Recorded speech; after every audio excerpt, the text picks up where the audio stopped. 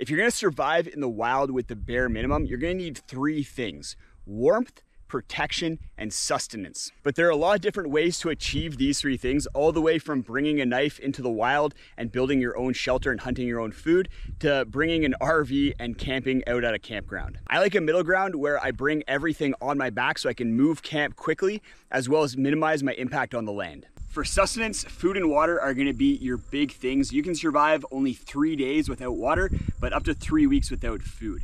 For food, I like to bring food that keeps, so freeze-dried meals are a really good option. They are expensive, but they're really easy. You just add boiling water to them and you have a meal in 10 to 15 minutes. And because I am having to cook my meals, I do bring a pot and stove as well, but I just bring a really lightweight stove that weighs 25 grams. And then my pot is super tiny, 550 milliliter Toaks titanium pot that weighs 72 grams. So all in all, my cook kit weighs less than 100 grams. I also like to bring some snacks, usually nuts, because they have high calories for the amount of weight that you're having to carry. So I like those for my snacks. And then for breakfast, I bring oatmeal. I make homemade oatmeal with some chocolate chips as well as some fruit in there. Water is crucial. Like I said, you can only survive a couple days without water.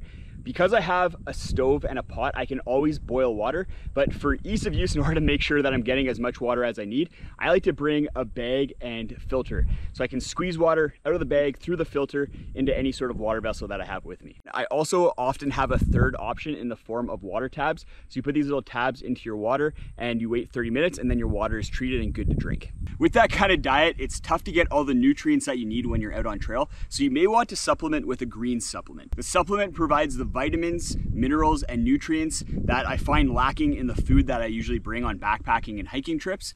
And I just need to mix it up in a little bottle, drink it in the morning, and then I'm good to go for the rest of the day. The elements can be a really big barrier to survival when you're out in the wilderness. Rain, wind, and temperature are all gonna be trying to take you down. For protection from rain and wind, you need some sort of shelter. If you're a bushcrafter, maybe you're building some sort of lean-to for protection. But if you're a backpacker like I am, then a tent is gonna be your best bet. I like a tent for how easy and quick it is to set up if weather rolls in. This is about as minimalist as you can get. This is the Z-Packs Hexamid tent. It's basically a tarp. You are making some trade-offs by not having mesh in order to keep bugs out and block some of the wind. And then there's no floor in order to help protect any sort of sleep system that you have inside of there. Another aspect of protection is site selections. If you can, set up underneath a tree. There's no real good spots where I am in order to set up underneath trees, but trees are gonna help protect you from rain, snow, as well as give you more protection from wind. If you have trees in the area, those can also give you protection from the sun. The sun and heat can sometimes be more difficult to manage than cold and rain. The minimal gear that you need for warmth will depend on your environment. If you're in a warm environment like I am right now, then you can get by with pretty much the clothing on your back.